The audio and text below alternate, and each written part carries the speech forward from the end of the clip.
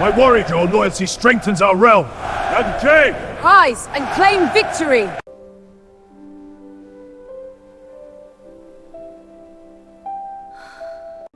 This wound needs tending. It's nothing. I've had worse. Let me help you. Stay close. The mists conceal more than trees. What is it we seek here? Our destiny. The shadows grow longer. We must move.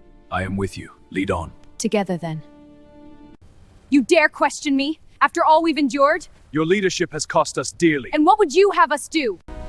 You cannot stop me! I will! Then perish! Today! I ruled beside him. At least, that's what I believed. When people looked at the Alpha King, they saw power, dominance, and command. When they looked at me, they saw the man always standing one step behind him. His beta. His shadow. The one who spoke when he stayed silent and fought when he chose to watch. I told myself that was what loyalty looked like. I was wrong. I need you at my side tonight, he said, adjusting the heavy cloak on his shoulders. His voice was calm, steady.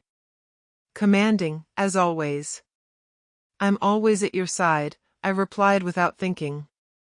He smiled then. Not wide. Not warm. Just enough to make me feel chosen. The hall was loud that night. Wolves celebrating another victory, another border secured, another rival pack pushed back into the mountains. I stood to his right, my place earned through blood and years of obedience. When the cheers rose, he lifted his hand, and the noise died instantly. That power never failed to amaze me. We are strong because we stand together, he declared. Because loyalty binds us. The crowd roared. I felt proud. Stupidly proud. Later, when the fire burned low and the hall emptied, we stood alone on the balcony overlooking the forest. The moon hung full and bright above us, silver light washing the trees below. You did well today, he said. I always do, I answered, half joking. This time, his smile reached his eyes. That's why I chose you. I turned to face him. Chose me for what? For everything, he said. For this. For the future. Those words wrapped around my chest and squeezed. I didn't ask him to explain. I didn't need to. I filled in the meaning myself, the way people do when they want something to be true. I thought we were unbreakable. You ever regret it? I asked quietly. Taking the throne? He looked out into the forest instead of at me. Power always costs something. I don't feel like it cost us, I said. There was a pause. Just a breath too long. You don't, he replied. I missed it. The hesitation. The way his voice shifted, just slightly, like a blade turning in the hand. I missed a lot back then. Lena found me before dawn, as she always did. You didn't sleep again, she said, arms crossed, eyes sharp. I don't need sleep, I replied. She snorted. You're not as invincible as you pretend to be. Lena had been our healer since before the Alpha took the throne.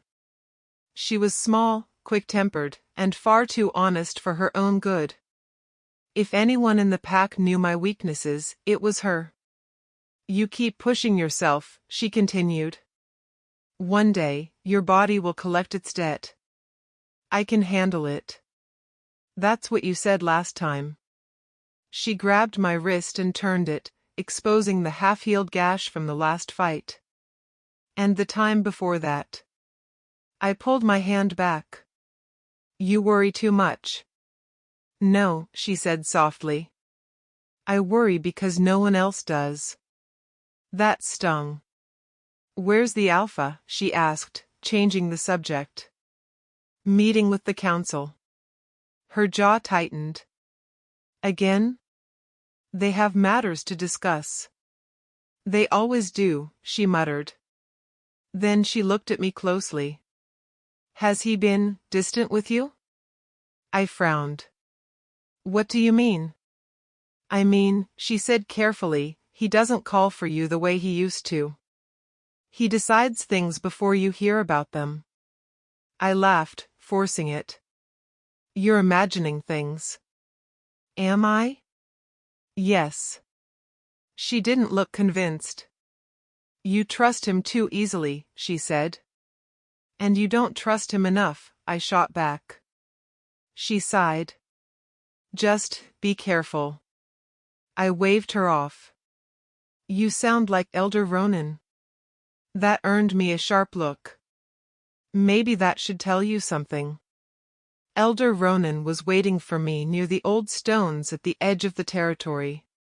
He always stood there, leaning on his staff, watching the forest like it might speak back to him. You walk like a man carrying too much, he said without turning around. I carry what I must. That's not what I meant. I joined him, arms crossed. You wanted to see me? I wanted to warn you, he replied. I sighed. About what this time? About believing that loyalty is enough. I stiffened. You've never trusted him. I trusted him once, Ronan said. That's why I learned better. I clenched my jaw. The Alpha has led us to peace. For now. You think he'd betray me? I asked, sharper than I intended. Ronan turned then, his old eyes heavy with something close to sadness. I think power changes the meaning of promises. He wouldn't, I said. You don't know that. I do, I insisted. I stand beside him. I hear his plans. I fight his wars. And yet, Ronan said quietly, you don't sit on the throne. That shut me up. You are his strength, he continued. But strength is only valued until it becomes inconvenient. I stepped back. You're wrong. Perhaps, he said. I hope I am. That night, the Alpha summoned me late. Too late. I'll walk with you, I said as we moved through the torchlit corridor. He nodded, but he didn't slow his pace like he usually did. The council raised concerns, he said. About what? About stability. I frowned. That's vague. He stopped and turned to face me. His eyes were cold in the firelight. Calculating. Sometimes, he said, change is necessary. Change how? Another pause. You worry too much, he said, echoing my own words back at me. I laughed, uneasy. Since when do you avoid answers? Since now, he replied. Then he placed a hand on my shoulder. Heavy. Possessive. Get some rest, he said. Tomorrow will be different. His voice was calm. Too calm. As he walked away, something settled in my chest. A weight I couldn't name. A crack so small I convinced myself it wasn't there at all. I watched his back disappear into the shadows and told myself the same lie I'd been telling for years. We were unbreakable. I saw her before I was introduced to her. She stood near the council fire, hands folded in front of her, head slightly bowed like she didn't want to be noticed. She was smaller than I expected. Dark hair pulled back simply, pale skin that hadn't yet learned the color of our lands. She wore no markings, no rank, no confidence. Just silence. And somehow, that silence unsettled me more than open defiance ever could. That's her, someone whispered behind me. I turned. Who? The woman the Alpha brought back from the eastern border. I frowned. Why is she here? The wolf shrugged. No one knows. Rumors moved faster than truth in our pack. By nightfall, I'd heard at least 5 different versions of who she was: an orphan, a prisoner, a political bargain, a healer in training. None of it made sense. I watched her closely as the alpha approached her. His posture changed. Not softer, but deliberate. Controlled. Protective. He spoke to her quietly. Too quietly for anyone else to hear.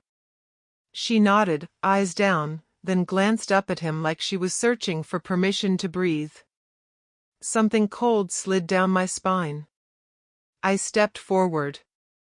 "You didn't tell me we had a guest." The alpha turned, surprise flickering across his face for half a heartbeat before it vanished. "I meant to." "Who is she?"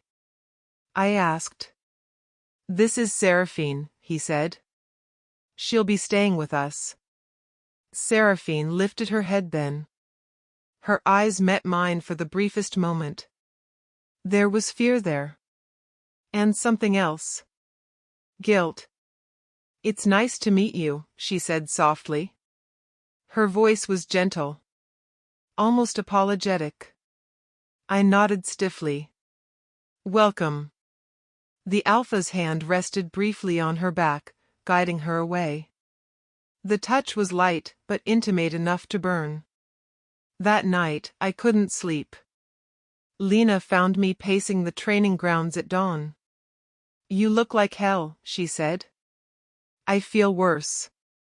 She followed my gaze toward the healer's quarters. Seraphine had been placed there. Close. Safe. "You met her," Lena said. "Yes." And I don't like secrets," I replied. Lena hesitated. "There are whispers." "About what?" She lowered her voice. "About why she's here." I turned sharply. "Tell me." "She's with child." The words didn't land at first. They floated, unreal, like a bad joke waiting for a punchline. I laughed once. Hard. "That's not possible." Lena didn't smile. "She's pregnant," she repeated. "And everyone knows who the father is." The world tilted. "No," I said. "You're wrong." "I wish I was." I shook my head. "He would have told me." Lena's eyes softened. "Would he?" I didn't answer. I confronted him that evening. He was alone in his chamber, studying maps like nothing had changed. Like my chest wasn't caving in. "Is it true?" I demanded. He didn't look up. "You shouldn't listen to gossip." "Answer me." He exhaled slowly, then finally met my eyes. "Yes." That single word shattered something in me. "How long?" I asked. "Does it matter?" "Yes," I snapped.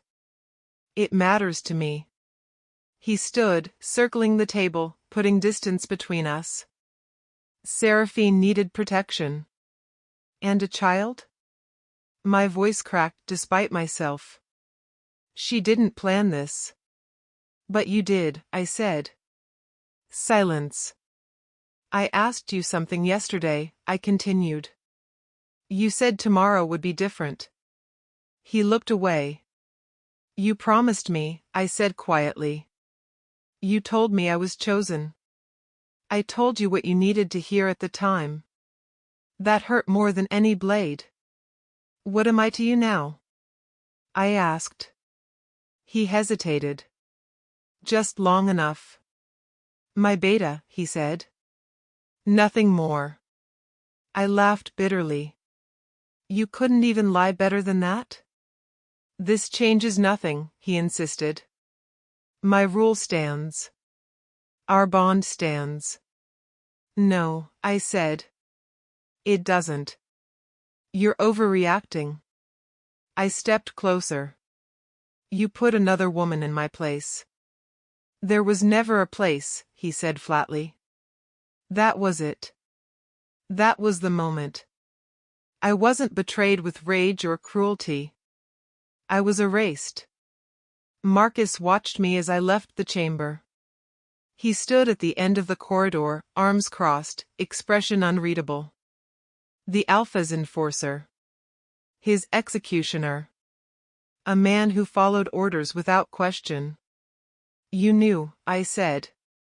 He didn't deny it. You let this happen. I serve the Alpha, Marcus replied. So did I. He said nothing. His silence felt like judgment. I found Lena by the fire later, my hands shaking. Say something, I begged. She grabbed my shoulders. You have to confront him publicly. I already did. Again, she said. He can't do this quietly. He already has. She swallowed hard. Then leave. I can't, I whispered. This is my home. She looked at me like she was already mourning me. That woman, Lena said softly. She didn't steal anything. I know, I replied. He gave it away. Seraphine avoided me after that. But once, only once, our paths crossed in the garden. I didn't mean for this, she said quickly. I believe you. Her eyes filled with tears. He said you'd understand. I laughed hollowly. He always says that. I never wanted to replace you, she whispered. I looked at her then. Really looked. She wasn't triumphant. She wasn't cruel. She was afraid. You didn't, I said. He did. That night, the Alpha didn't call for me. No council summons. No strategy meeting. No quiet walk under the moon. Nothing. I lay awake, staring at the ceiling, listening to a future being built without me. That's when I understood the truth I'd been refusing to see. I wasn't being pushed aside. I already had been. And the throne I thought was ours had never belonged to me at all. The summons came at midday. Not private. Not quiet. A horn sounded across the pack grounds, long and sharp, the kind used only when judgment was about to fall. Wolves gathered fast, murmurs thick as smoke. I felt every step as I walked toward the stone circle, my name buzzing on tongues that used to praise me. The Alpha stood at the center. He didn't look at me. That was how I knew. Bring him forward, he said. Marcus moved first. He didn't touch me, didn't need to. His presence alone pushed the air aside, opening a path. I walked through it with my head high, because pride was the only thing I had left. What is this? I asked. The Alpha's gaze finally lifted. Cold. Measured. Empty. This is accountability. A ripple moved through the crowd. For what? I demanded. Disloyalty. The word struck like a blow. Name it. Councilwoman Maeve stepped forward before he could answer. Her robes brushed the stone, her voice smooth and practiced. You've questioned the Alpha's decisions. You've disrupted unity. You've sown doubt. I asked questions, I said. That's not betrayal. It is when questions become challenges, she replied. I laughed, sharp and humorless. Since when is loyalty measured by silence? Maeve smiled thinly. Since the pack's stability was threatened. I turned to the Alpha. Is this how it is now?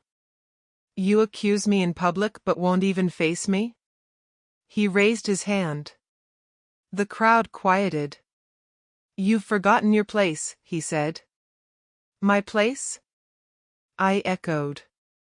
I stood beside you in every battle. I bled for this pack. For you. And you were rewarded, he said. Until you became a liability. The word burned. I never betrayed you, I said. You know that. He didn't deny it. Instead, he said, intent doesn't erase consequence. That's it? I asked. No proof? No trial? Maeve's voice cut in again. The Alpha's word is proof enough. I searched the crowd then. Faces I had trained with. Fought with. Protected. Some looked away. Others watched with hunger, like my fall made room for their rise. I looked for Lena. She stood near the back, fists clenched, eyes bright with unshed tears. I looked for Ronan. He stood beside the old stones, staff in hand. Silent. My chest tightened.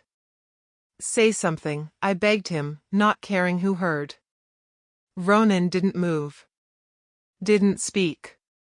Didn't meet my eyes. That hurt more than anything else. The Alpha lifted a ceremonial blade from the stone altar. Not a weapon. A symbol. With this, he said, I strip you of your rank. He cut the cord at my shoulder, the marking that declared me beta. The sound was small. Final. A murmur rolled through the pack. I stood there, suddenly lighter. Emptier. From this moment, the Alpha continued, you are no longer welcome within our borders. Gasps. Whispers. I give you until dawn, he said. After that, you are trespassing. Seraphine stood near him. She stared at the ground, hands shaking. She never looked at me. Good. If she had, I might have broken. I didn't beg. I didn't plead. I burned. You won't even let me defend myself, I said quietly. There's nothing to defend, he replied. I nodded slowly. Then there's nothing left to say. I turned and walked away. The horn sounded again. Judgment complete. I packed nothing. What would I take?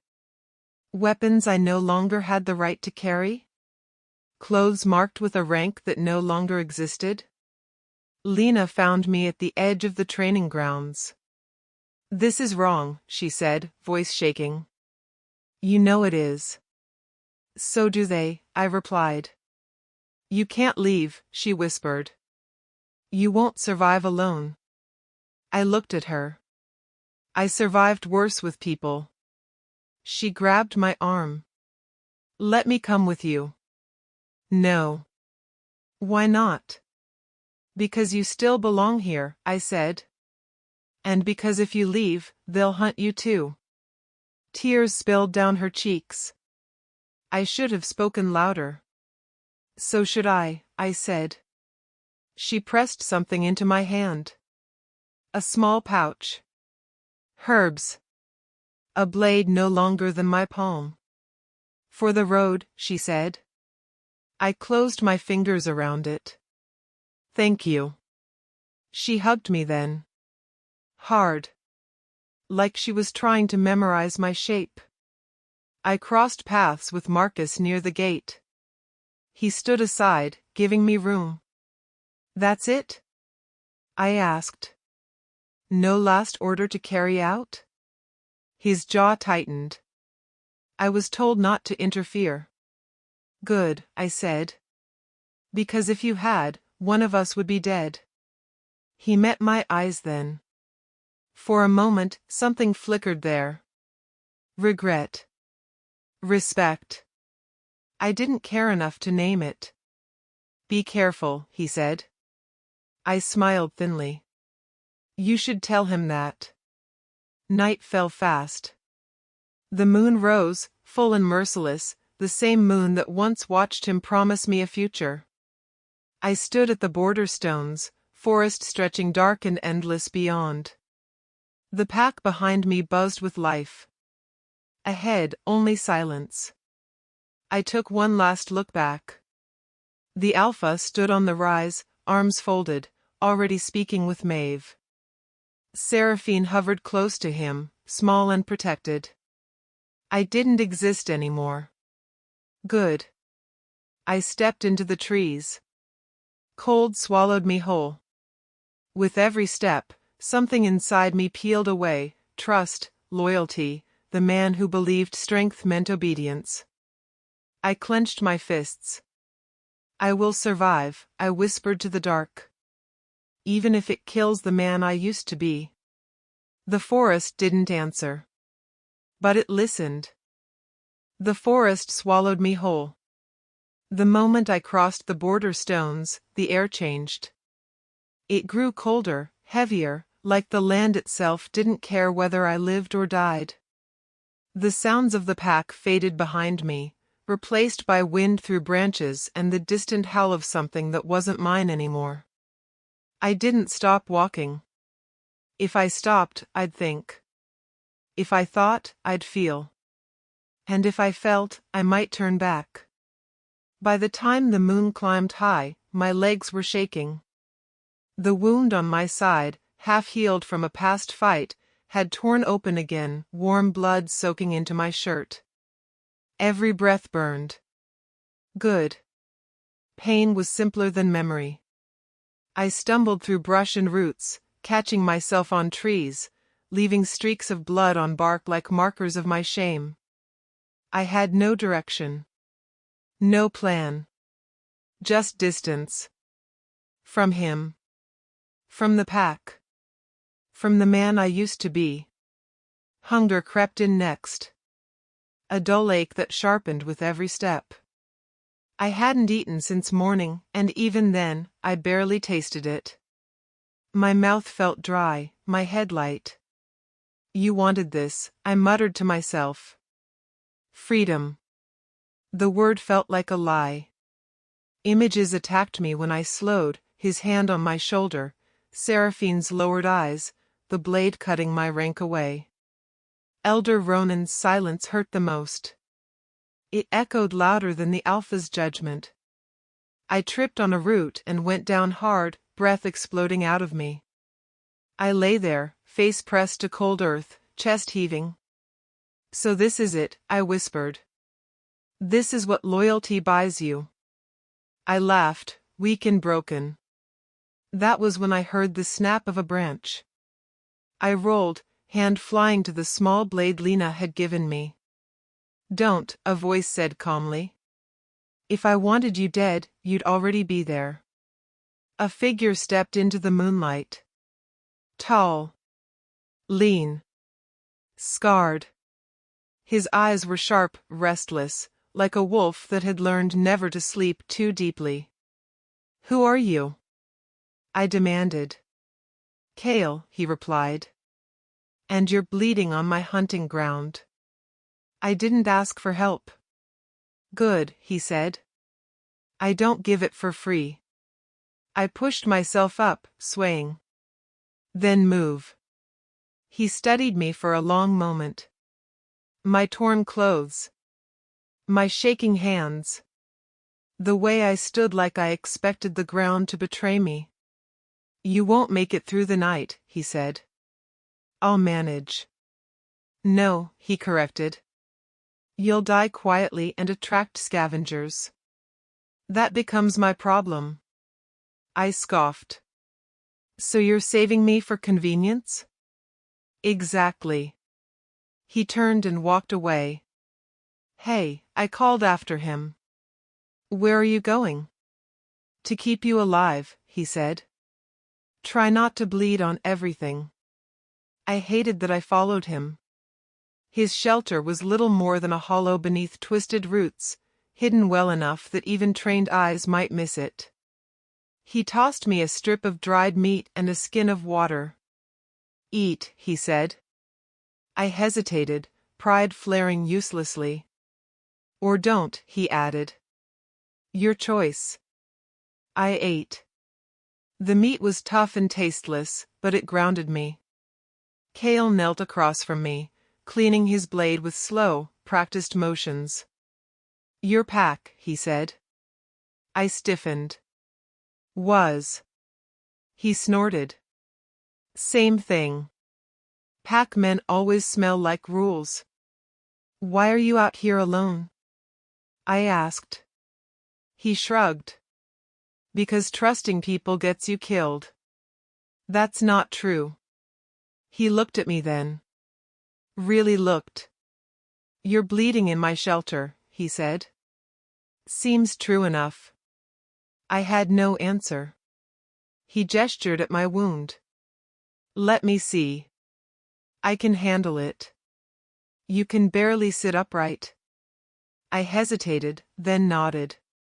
His hands were rough but efficient. He cleaned and wrapped the gash without ceremony. You hate them, he said suddenly. I laughed bitterly. You think? I think you're trying to decide what that hatred will turn you into. I looked away. You don't know me. I know your eyes, he replied. I've seen them before. In men who lost everything and decided the world owed them blood. And what did they become? I asked. Kale's mouth tightened. Me. Silence stretched between us. I didn't betray anyone, I said quietly.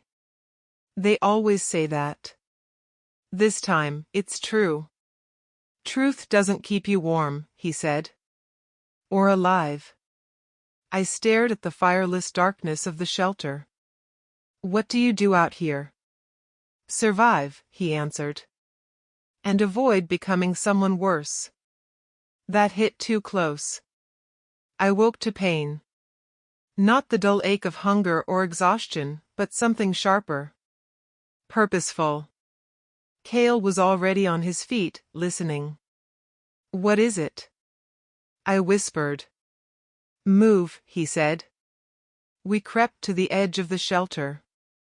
Kale parted the brush just enough for me to see. Tracks. Fresh. Heavy. Deliberate. My stomach dropped. Pack? I asked. He nodded. Several. Trained. My hands curled into fists. He sent them. Of course he did, Kale said. Power hates loose ends. They won't kill me, I said. Not yet. Kale glanced at me. You sound sure. He doesn't want justice, I said slowly, the truth settling like ice in my chest. He wants control. Kale's eyes hardened. Then you're already dead to him. The forest felt smaller suddenly. Closer. Like it was leaning in to listen. I straightened, pain screaming through me, but my voice was steady. I won't go back, I said. I won't kneel. Kale studied me, then nodded once. Good. Why? I asked. Because now, he said, handing me my blade, you have a chance to disappear. The howls sounded in the distance. Close. I took a breath, filling my lungs with cold night air. The man I used to be was gone. And whatever I became next would decide whether I survived, or whether hatred finished what betrayal started. Pain stopped being the loudest thing in my head. That was how I knew I was changing. The first few days after the trackers passed were a blur of exhaustion and anger. Kale pushed me harder than any alpha ever had. No speeches. No praise. Just motion. Move, he'd say. So I moved. When my legs shook, I moved slower. When my hands blistered, I wrapped them and kept going. When my chest burned with memories instead of air, I ran until I couldn't tell the difference anymore. Training replaced grief because it didn't give me time to mourn. Again, Kale said, tossing a stone knife at my feet. I just did it, I snapped. You did it tired, he replied. Now do it empty. I hated him for that. I hated him because he didn't care who I used to be. The forest became my measure. If I failed, it didn't judge me, it just let me fall. Hunger taught me patience. Cold taught me focus. Pain taught me honesty. At night, when sleep came in short, shallow waves, the old thoughts still crept in. The alpha's voice. Maeve's smile. The crowd watching me fall. But they came quieter now. Less sharp.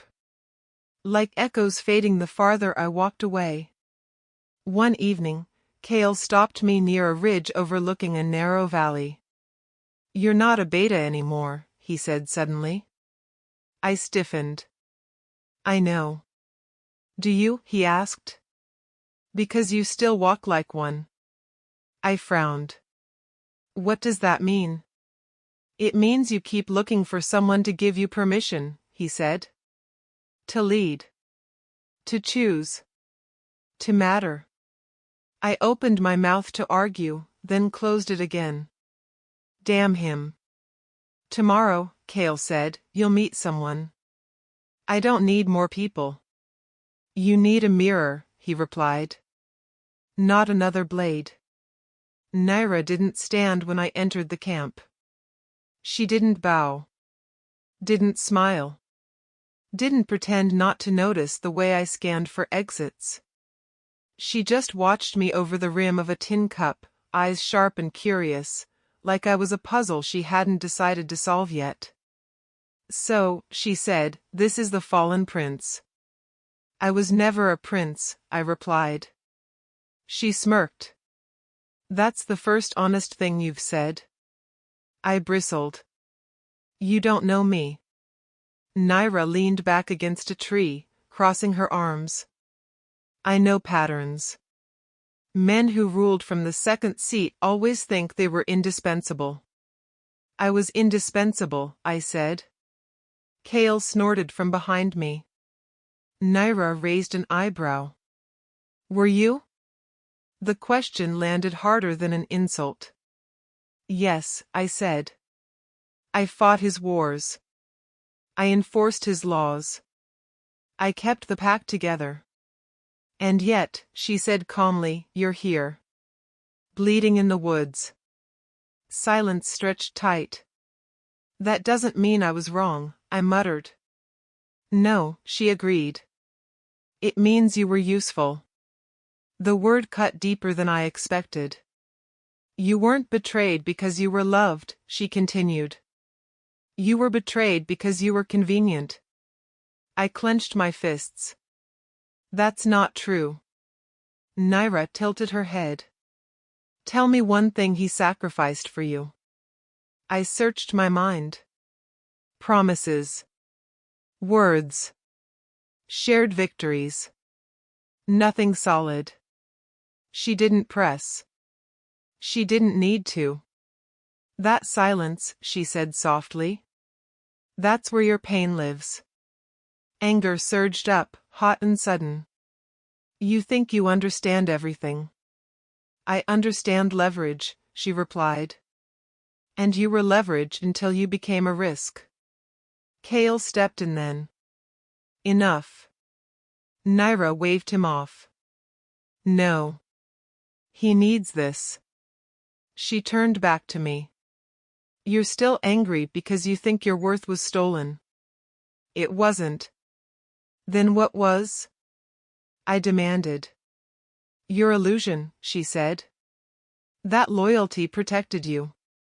The words settled in my chest, heavy but true.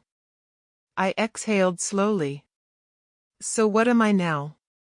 She studied me for a long moment. "Not with pity. With interest." "That," she said, "depends on what you decide to build instead of what you lost." That night, I couldn't sleep. Not because of cold or pain, but because something had shifted. I replayed moments I'd ignored before. Decisions made without me. Glances exchanged behind my back. The way my presence had become optional long before it became unwanted. I wasn't just betrayed. I was replaced because I allowed myself to be reduced to a role. Beta. Enforcer. Shadow. I had let a title define me. And when the title was gone, I thought I was too. I sat up, staring into the dark. No, I whispered. Not anymore. Training changed after that. Kale taught me how to move unseen, how to fight without relying on pack formation. Naira taught me how to listen, to words not spoken, to pauses, to fear hiding behind confidence. People tell you who they are, she said, pacing in front of me, but only if you stop deciding for them. I learned to watch instead of react. To plan instead of charge. To survive without applause. One morning, Kale tossed me a cloak. Plain. Unmarked. What's this? I asked. Who you are now, he said. I held it in my hands, fingers brushing the rough fabric. No insignia. No rank. No expectation. Just warmth. I wrapped it around my shoulders. I'm not your beta, I said aloud. Kale smiled faintly. I'm not anyone's second, I continued. I'm not his mistake. I'm not his loss. Naira watched closely. What are you then? She asked. I took a breath, feeling the ground beneath my feet. The scars on my skin. The fire in my chest that wasn't rage anymore, but resolve. I'm a survivor, I said. The word fit. And for the first time since exile, I didn't feel broken. I felt unfinished. I felt him before I saw him. The forest went quiet in a way it never did for prey or storms. Birds stilled. Insects vanished. Even Kale paused mid-step, hand lifting slightly, not in warning, but in acknowledgement. He's close, Kale said. I know. Fear didn't hit me the way it once would have. What I felt instead was something colder. Sharper. Awareness. Naira melted into the brush without a word. Kale shifted position, watching angles, exits. They trusted me enough now to let this be mine. That alone told me how far I'd come.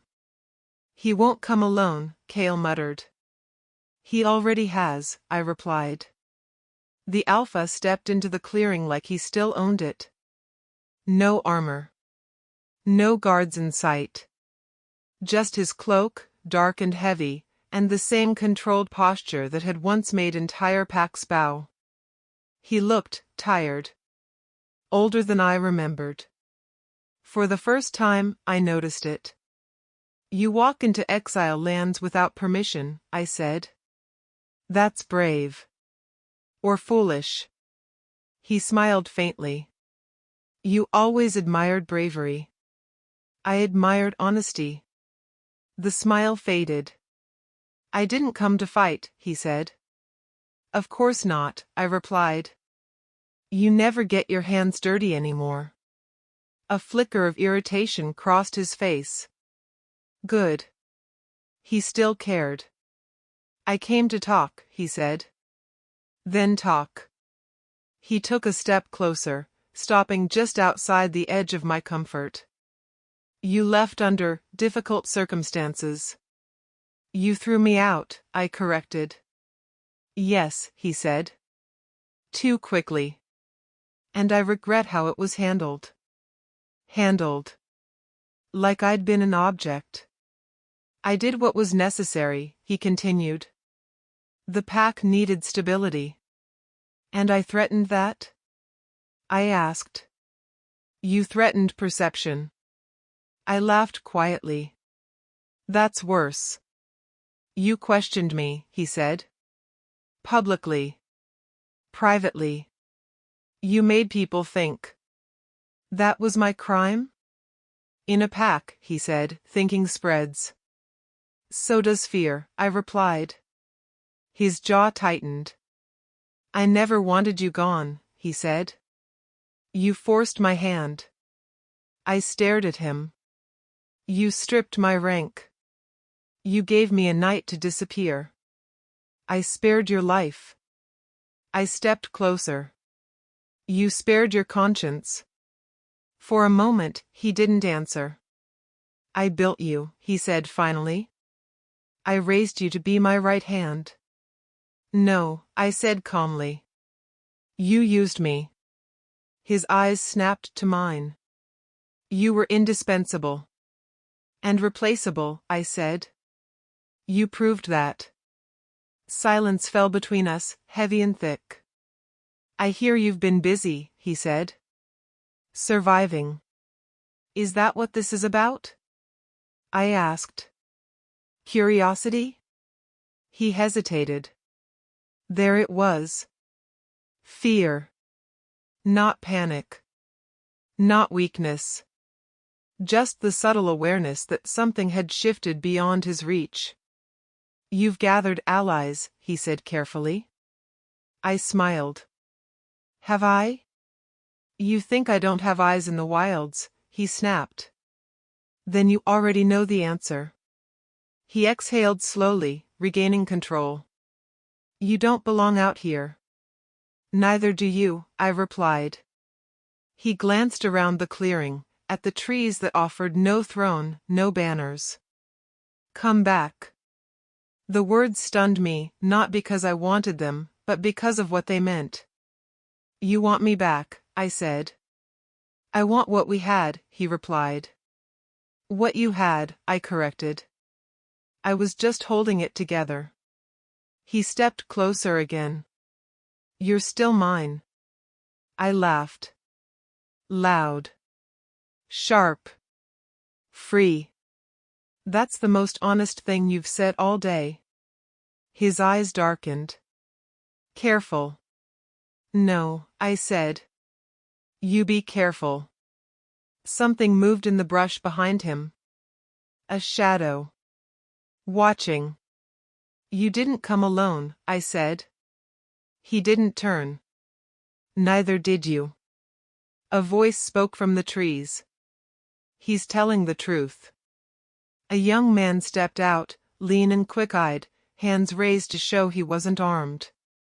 This is Tomas, the Alpha said. One of mine. Was, Tomas corrected quietly. The Alpha turned sharply. What? Tomas swallowed. I heard everything. Step back, the Alpha ordered. No, Tomas said, voice shaking but firm. I was sent to watch him. To report. And? I asked. And you're not the threat, Tomas said, looking at me. He is. The Alpha's face hardened. You're making a mistake. No, Tomas replied. I'm fixing one. I studied the young man. He couldn't have been much older than Elian, eager, loyal, scared. The kind of man I used to be. Why tell me? I asked him. Because he didn't come to bring you home, Tomas said. He came to measure you. I felt it then. The full shape of the truth. He's hunting an idea, I said slowly. Not a man. The Alpha said nothing. You're afraid, I continued. Not of what I'll do, but of what I represent. You could still end this, he said quietly. Come back. Stand beside me again. I shook my head. You don't want a partner. You want control. And you don't want revenge, he shot back. I met his gaze, steady and unflinching. No. That surprised him. I want freedom, I said. And you can't give that to me. For the first time, he looked unsure. Kale stepped into view then, blade visible but lowered. Naira appeared beside him, eyes cold and assessing. The Alpha took a step back. Just one. But it was enough. You should go, I said. Before you convince yourself this was mercy. He stared at me for a long moment, searching for the man he'd exiled. He didn't find him. You've changed, he said. Yes, I replied. That's why you're here. He turned and walked away without another word. Tomas lingered, eyes wide. Stay or go, I told him. Your choice. He followed the alpha, slowly, reluctantly. When the forest swallowed them again, Kale let out a low breath. You scared him, he said. No, I replied, watching the trees. I reminded him. Naira studied me closely. He'll come again. I know. And next time? I clenched my fists, not in anger, but in certainty. Next time, I said, he won't be asking. Rumors reached me before messengers ever could. They drifted through the forest like smoke, thin at first, easy to ignore, until they thickened and burned the eyes. I heard them in Tomas's breathing when he ran into camp too fast. I saw them in Naira's stillness when she stopped pacing and started listening. Even Kale sharpened his blade differently, slower, like he was measuring the weight of what was coming. The pack was cracking. Not loudly. Not yet. But cracks never announce themselves. They widen quietly until the whole thing collapses. They're arguing, Tomas said, bent over, hands on his knees. Not shouting. Worse than that. Naira didn't look at him. Who? The council, Tomas replied. Maeve's pushing for tighter control. Ronan's pushing back, carefully. Others are choosing sides. I felt a familiar tug in my chest. Not hope. Not satisfaction. Just recognition. What about her? I asked. Tomas swallowed. Seraphine. Kale's eyes flicked to me. She's been moved, Tomas continued. Not to the Alpha's chambers. Somewhere quieter. Guarded. Protected? I asked. Isolated, he said. I closed my eyes. The image formed on its own, her alone, watched, spoken about but never spoken to. She's not a partner, Naira said calmly. She's a symbol. Tomas nodded. They whisper that the child is the Alpha's anchor.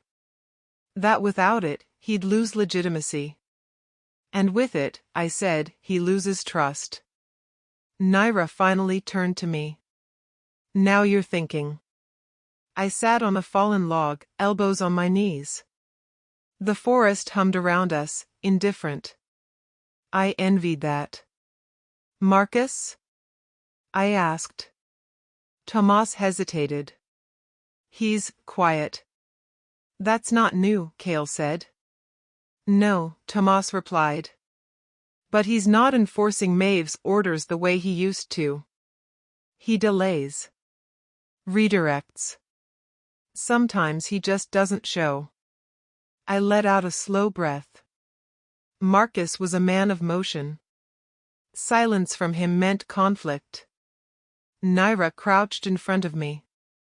This is where you choose. Choose what? I asked. Whether you want blood, she said, or balance. I scoffed. You make it sound clean. Nothing is clean, she replied. But some outcomes last longer than others. I stood and began pacing. Every part of me wants to walk back in there and let them see what they threw away. That's revenge, Kale said. And what's wrong with that? I snapped. Naira didn't flinch. Revenge is loud. It gives him something to rally against. I stopped. And restraint? Restraint, she said, lets people reveal themselves. Tomas shifted. They already are. Yes, Naira agreed. Because he's scared. I remembered the alpha's hesitation.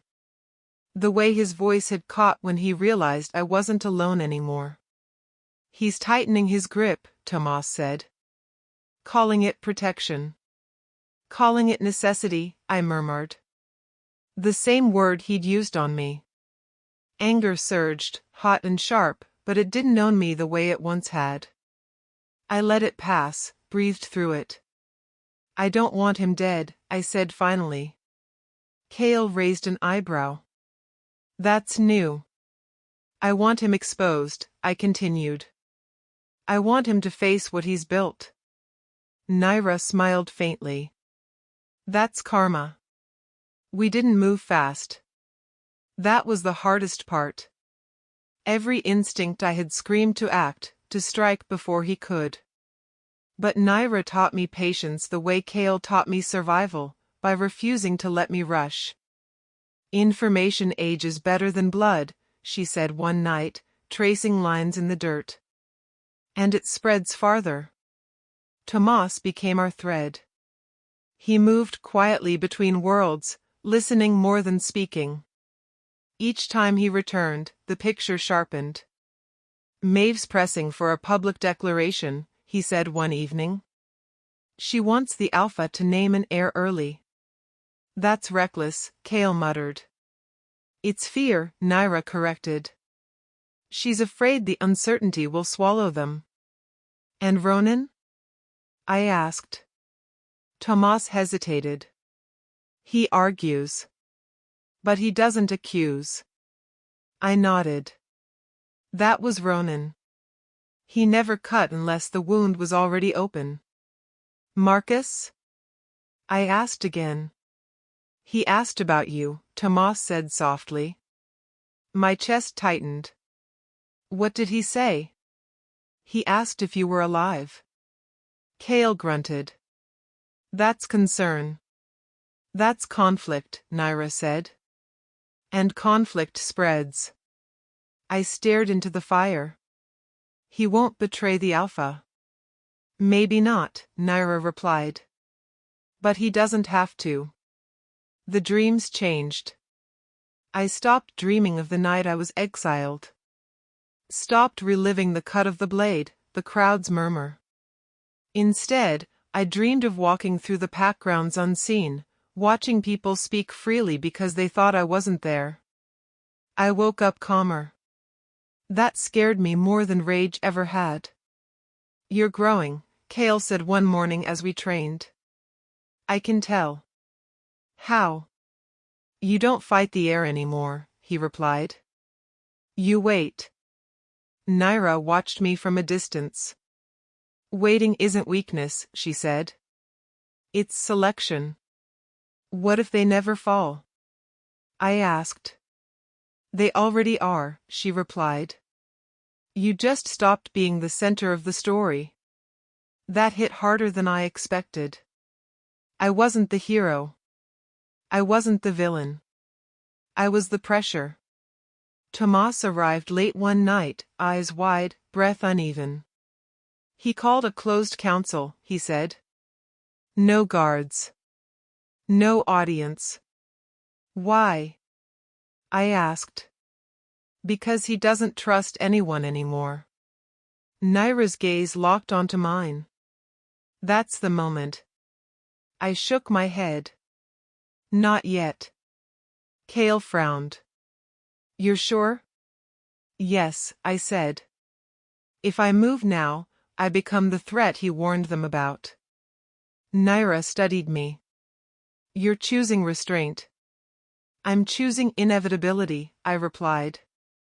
Silence fell. I realized then how far I'd come from the man who thought power lived in titles and closeness to a throne. Power lived in timing. In letting truth surface on its own. I don't need to destroy him, I said quietly. He's doing that himself. Naira nodded once. That's how karma works when you stop chasing it. I looked out into the forest, toward a pack that was no longer whole. The pain was still there. It always would be. But it no longer ruled me. And that, That frightened me far more than exile ever had. Power doesn't fall the way people expect. It doesn't scream. It doesn't bleed. It doesn't announce itself with fire or howls. It slips. And once it starts slipping, everyone feels it, even if no one admits it out loud. I felt it the night Tomas returned without running. That alone told me everything. They know, he said, voice steady. Not all of them. But enough. Naira didn't ask who. Kale didn't ask how. They waited. Maeve, Tomas continued. She pushed too hard. I closed my eyes. I could see her already, sharp smile, careful words, fingers always reaching for control she pretended wasn't hers. What happened? I asked. She tried to force a vote, Tomas said. To strip Ronan of his council voice. Claimed he was compromised. Naira exhaled softly. That's a mistake. She brought records, Tomas went on. Accusations. Old decisions twisted into crimes. And? I asked. And Ronan brought truth, Tomas said. I opened my eyes. He didn't defend himself, Tomas said. He defended you. The words hit harder than I expected. What did he say? I asked quietly. He said you were loyal until loyalty stopped meaning honesty. He said the pack didn't exile a traitor, they silenced a mirror. I swallowed. He named Maeve's deals, Tomas continued. Her alliances. The promises she made without consent. Naira nodded. Secrets rot fastest when exposed to light. The council didn't remove her, Tomas said. But they stopped listening. That was enough. I leaned back against a tree, letting the forest hold my weight. I didn't touch anything, I murmured. Kale glanced at me. You didn't need to. Marcus came 2 nights later. Not in armor. Not with orders. Not with his usual certainty. He stopped at the edge of camp and waited. I stepped forward alone. You shouldn't be here, I said. I know, he replied. Then why are you? He looked past me, into the trees. Because I can't pretend anymore. Silence stretched between us. You didn't stop it, I said. No, he agreed. But I delayed what I could. That doesn't clear you. I'm not asking it to. His honesty unsettled me more than excuses ever could. They don't trust him, Marcus said. Not the way they did. And you? I asked. He met my eyes. I don't recognize him. I studied the man who had once enforced my exile without a word. Why now? I asked. Because he asked me to do something, Marcus said. Something I won't. My pulse quickened. What? To bring you back, he said. In chains. The forest seemed to lean closer. I told him you were dead, Marcus continued. That the wilds finished what he started. And if he sends someone else? I asked. Marcus shook his head. He won't. Not yet. Why? Because he's afraid of what happens if you speak, Marcus said. And because too many people are already listening. He stepped back. I won't hunt you, he said. But I won't stand beside you either. That's fine, I replied. I don't need soldiers. He hesitated. What do you need? I answered without thinking. Time. Marcus nodded once. Then he turned and disappeared into the trees, leaving behind something heavier than loyalty. Doubt. Ronan's voice reached me days later. Not in person. In memory. In the way Tomas repeated his words carefully, like they were fragile. He said the pack mistook obedience for unity, Tomas told me. And fear for peace. I closed my eyes. He said leaders should be questioned, Tomas went on. And that when questions are punished, truth finds other mouths. Naira watched me closely. He's opening a door. I didn't ask him to, I said. No, she agreed. That's why it matters. I felt something shift then. Not triumph. Not relief. Permission. Not from him. From myself. Elian found me at dawn. Or maybe I found him. He couldn't have been more than 19, too young to hide his nerves, too earnest to mask his fear. He stood just beyond camp, hands visible, breathing fast. I didn't come to fight, he blurted when he saw me. I wasn't planning to, I replied. He swallowed. I just wanted to see if it was true. What? I asked.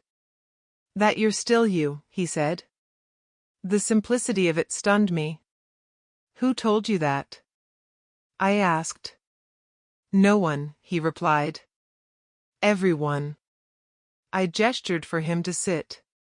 My father followed you, Elian said. Before everything.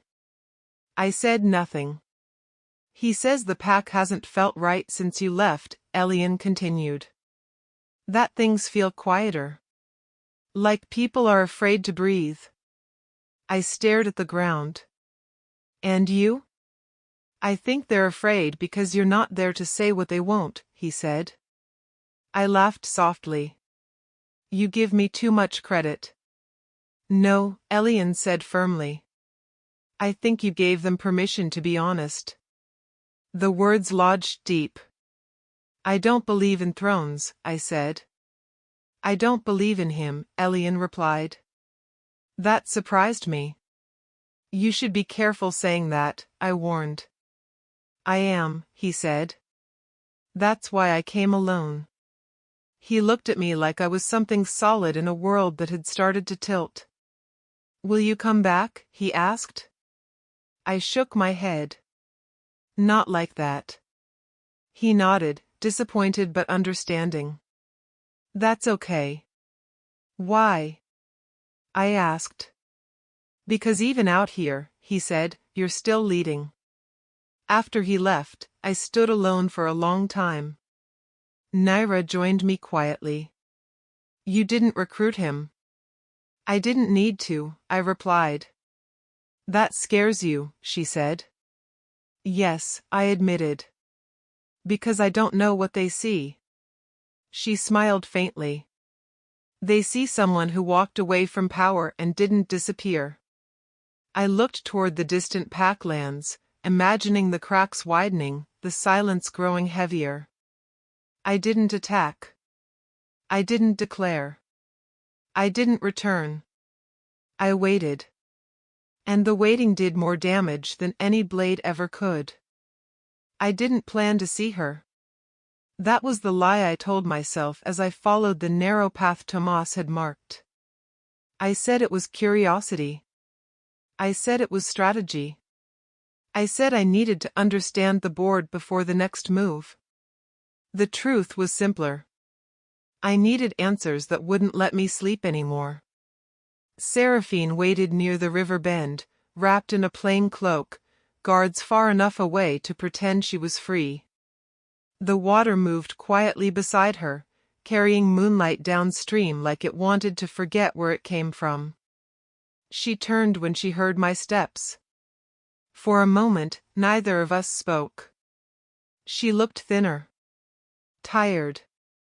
Her hands rested protectively over her stomach, like the world itself had taught her to expect harm. You came, she said softly. So did you, I replied. Her mouth twitched, almost a smile. Almost a flinch. I didn't think you would, she admitted. I didn't think you'd agree. She glanced toward the trees. I needed to talk to someone who wouldn't lie to me. That cut deeper than I expected. We stood there, two people bound by the same wound, pretending it didn't still bleed. I'm not here to accuse you, I said finally. I know, she replied. That's why I'm afraid. I frowned. Afraid of what? That you'll see me clearly, she said. And still hate me. I took a slow breath. I don't hate you. She looked surprised. Then relieved. Then ashamed. I hated myself enough for both of us, she whispered. We sat on opposite sides of a fallen log, the space between us heavy with things unsaid. He told me you left because you were proud, she said. That you couldn't accept change. I laughed quietly. That sounds like him. He said you'd understand eventually, she continued. That you were strong. That you wouldn't need protection. And you? I asked. She looked down. He said I did. Silence pressed in. I was never meant to stay, she said suddenly. Not like this. I looked at her. Then why bring you? She swallowed. Because I was useful. The word echoed between us, ugly and familiar. He needed an heir, she went on.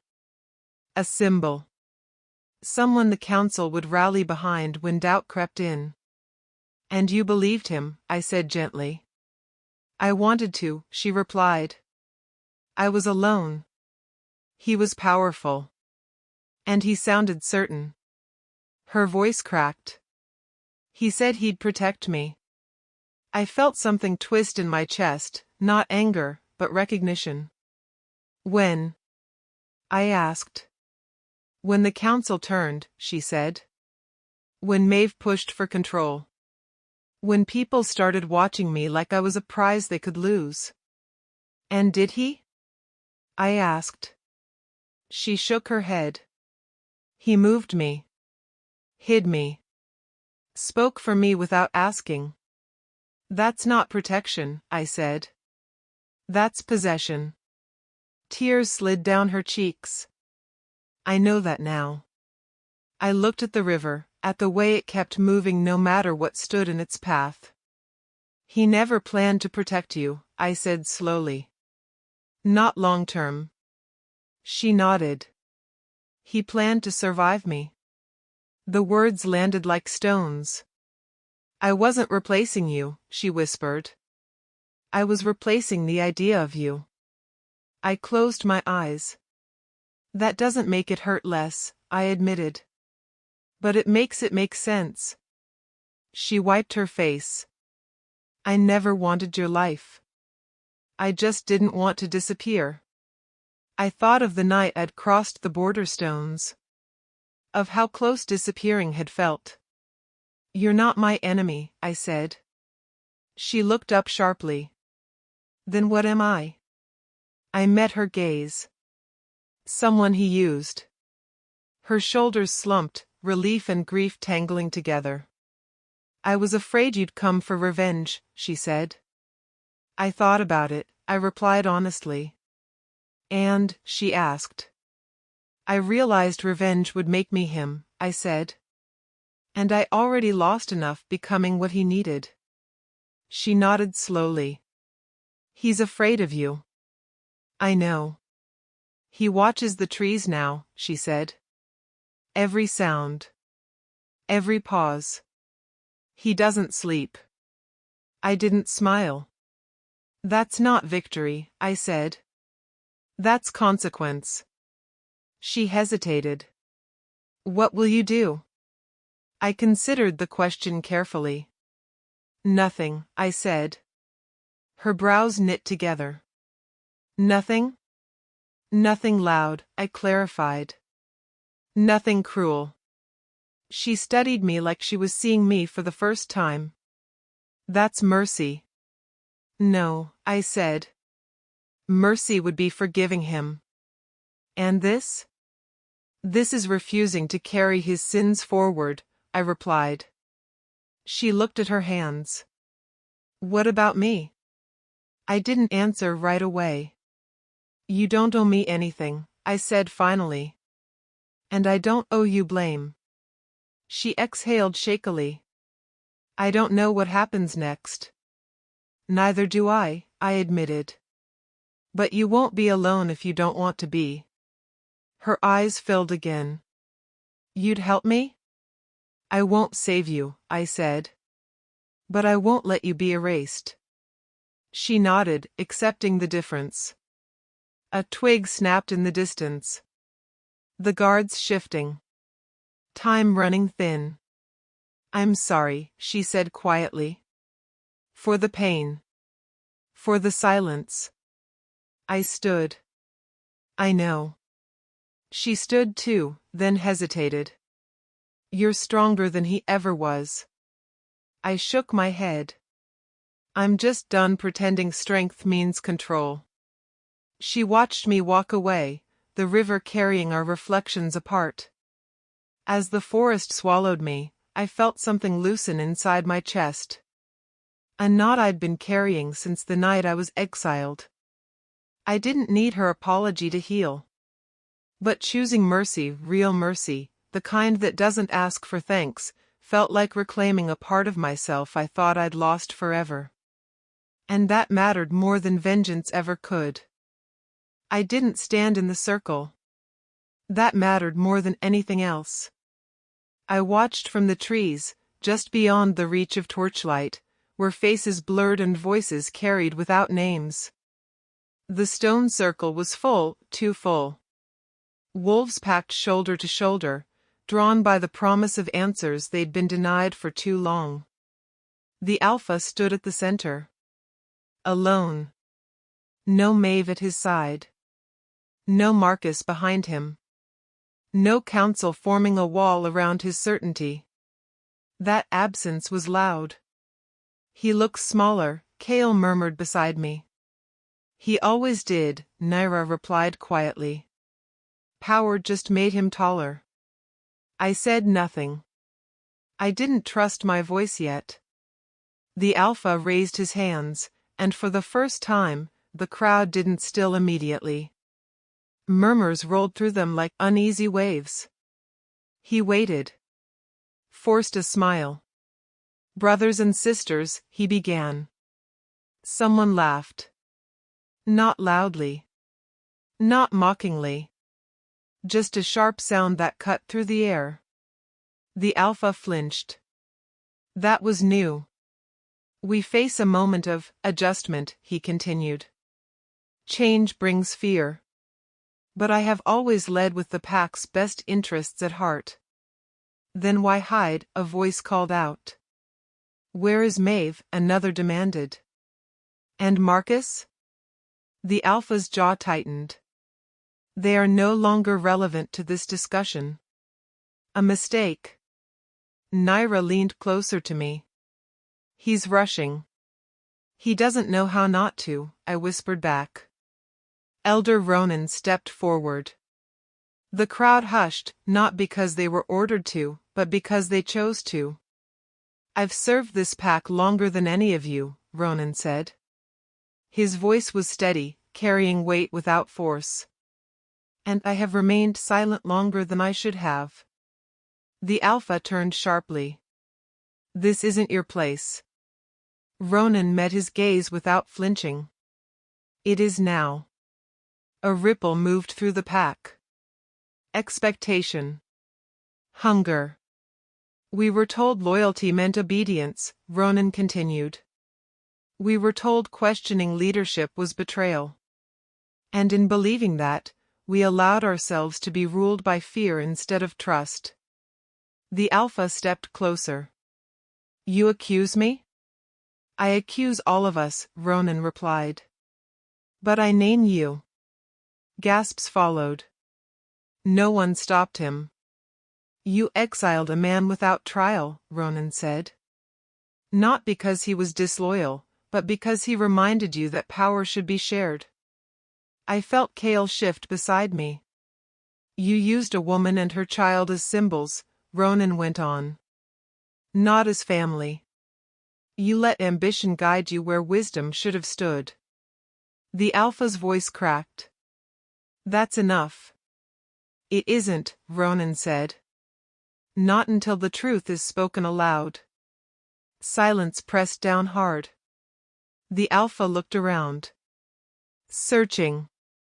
For Marcus. For Maeve. For me. He found none of us.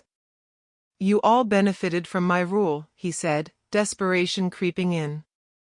We were strong. Feared. United. Were we? Someone asked. And at what cost? Another added. The questions came faster now. Sharper. The crowd leaned in, not toward him, but away. That was when I realized it. He wasn't losing power. He'd already lost it. I never wanted this, the Alpha said, voice hoarse. I did what I thought was necessary. The word hung there. Necessary. The same word he'd used on me. I protected this pack, he insisted. I made hard choices so you wouldn't have to. Ronan nodded slowly. And when did you protect yourself? The Alpha faltered. He looked older in that moment. Smaller. Like a man who had worn a crown too long and forgotten how heavy it was. I won't step down, he said suddenly. I can still lead. No one answered. No one moved. The silence was merciless. Say something, he snapped. Someone. I will, a voice said. Marcus stepped forward from the crowd. The Alpha turned, relief flooding his face. Marcus. Tell them. Marcus didn't look at him. He faced the pack. I was ordered to bring a man back in chains, Marcus said. A man who had already been stripped of everything. Murmurs rose again. I refused, Marcus continued. Not because I disobey lightly, but because I could no longer tell the difference between loyalty and cruelty. The Alpha stared at him. You swore. I swore to protect the pack, Marcus replied. Not your pride. That broke something. The Alpha took a step back.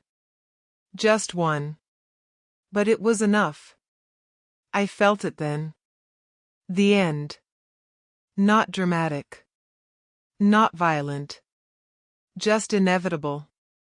He's going to beg, Kale said quietly. I shook my head. Not for forgiveness. The Alpha's voice cracked again as he spoke. I gave you everything. Ronan answered gently. You gave us order. We gave you trust. You spent it all. The Alpha's gaze darted around wildly now.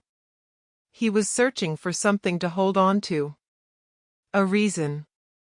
A witness. Then his eyes landed on the trees. On me. He couldn't see my face. Only my shape. My outline. But he knew. His breath hitched. You, he said hoarsely. You're here. I didn't move. I need you, he said. Louder. This doesn't have to end like this. Naira's hand tightened briefly on my arm. Don't. I didn't plan to. You always understood me, the Alpha continued, voice rising. You knew what it took. Tell them. Tell them what? That power excused everything? That betrayal was strategy? I stayed silent. Please, he said. The word stunned the circle into stillness. Please. Not forgiveness. Not mercy. Relevance. He wasn't asking to be absolved. He was asking not to be forgotten. And that terrified me more than hate ever had. Because as I watched him standing there, stripped of certainty and surrounded by the consequences of his own choices, I felt nothing. No anger. No triumph. No satisfaction. Just distance.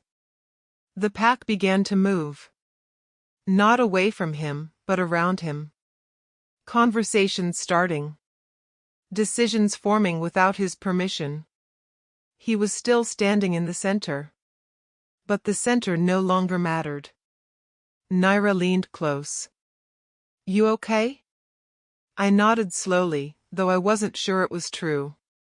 I thought I'd feel something, I admitted. Relief. Justice. Closure. And you don't? I watched the Alpha sink to his knees, the circle breaking without him. No, I said quietly. I feel empty. Kale frowned. That's not weakness. I know, I replied. That's what scares me. As we slipped back into the forest, the noise of the pack rising behind us, I understood something I hadn't before. Karma didn't need my hands. It didn't need my anger. It just needed time. And the man who had once ruled everything was now surrounded by people who no longer needed him at all. A king without a pack. And I walked away without looking back. The quiet came after. Not the heavy kind that follows a battle, thick with smoke and screams, but a softer quiet, the kind that settles when something finally stops demanding your attention. We watched the pack from a distance for days. There were meetings without orders, choices without permission. People spoke freely, argued openly. Power redistributed itself like water finding new ground. No one came looking for me. That was when I understood the truth I'd been circling for weeks. I was never chasing him. I was chasing the space to breathe. Naira said it first, one morning as the sun broke through the canopy in pale lines of gold. They'll ask you, she said. Soon.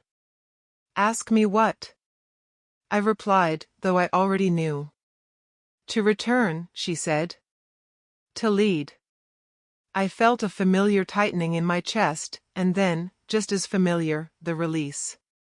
I won't, I said. Kale looked at me sharply. You're sure? Yes. Why? He asked. You earned it. I smiled faintly. That's the problem. Later that day, Ronan came alone. No escort. No ceremony. He moved slowly now, like a man who had finally set something heavy down. We were wrong, he said, standing across from me. About you. About what loyalty should look like. I said nothing. The council believes the pack needs you, he continued. They believe your absence taught them more than your presence ever could. Naira watched quietly. Kale stood back, arms crossed.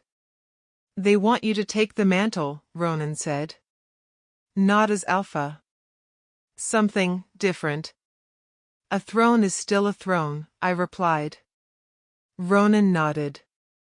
And you don't want one? No, I said. I want choice. He studied me for a long moment, then smiled sadly. That answer would have saved us years ago. I didn't know it then, I said. I know it now. Ronan bowed his head, not in command, but in respect. Then he left without pressing further. The offer lingered in the air long after he was gone. Elian found me near the ridge at dusk, feet dangling over the drop, grin too wide for the weight of the days we'd lived. They talked about you again, he said. I know. They think you're the future, he added. I laughed softly. They think that because I'm not standing in front of them. Elian tilted his head. That's not a bad thing. No, I agreed. It's just not my thing. He kicked a stone into the distance and watched it disappear. I'm glad you didn't go back. So am I said. And for the first time, I meant it without doubt. That night, Kale packed. No words. No ceremony. Just the quiet efficiency of a man who knew when to move on. You leaving, I said. He nodded. This was always a stop, not a home. I didn't try to stop him. What will you do? I asked. Survive, he replied. And stay difficult. I smiled. You're good at that. He paused, then extended his arm. I clasped it, forearms tight. You're not broken anymore, he said. Don't forget that. I won't, I replied. He left before dawn, a shadow slipping back into the wilds, exactly where he belonged. Naira stayed. She sat beside me as the forest woke, eyes thoughtful, mind already 10 steps ahead of a future neither of us planned but both of us accepted. You could have been everything, she said. I already was, I replied. I just didn't know it. She smiled, not triumphantly, not softly. Just honestly. The pack moved on without me. And that was the victory. Not dominance. Not recognition.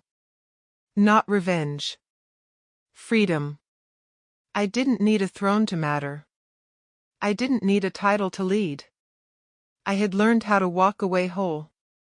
And as Elian laughed somewhere behind us, bright and unburdened, I realized something else too. The man I used to be had died in exile. The man I became was finally alive. And I was exactly where I chose to be. The forest feels different when you stop running. I didn't notice it at first.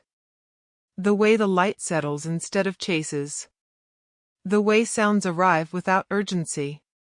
The way my breath no longer feels like something I have to fight for. Peace isn't loud.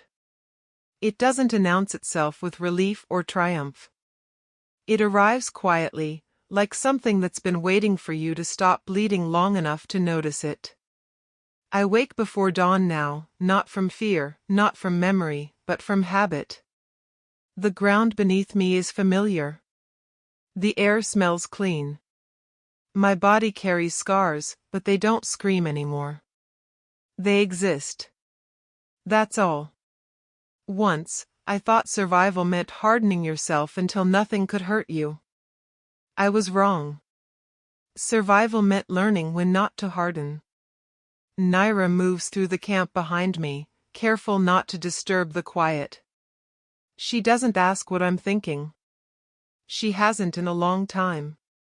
She understands that some thoughts don't need witnesses. You're smiling, she says. I am? She nods. You do that now. I consider it. She's right. I didn't used to.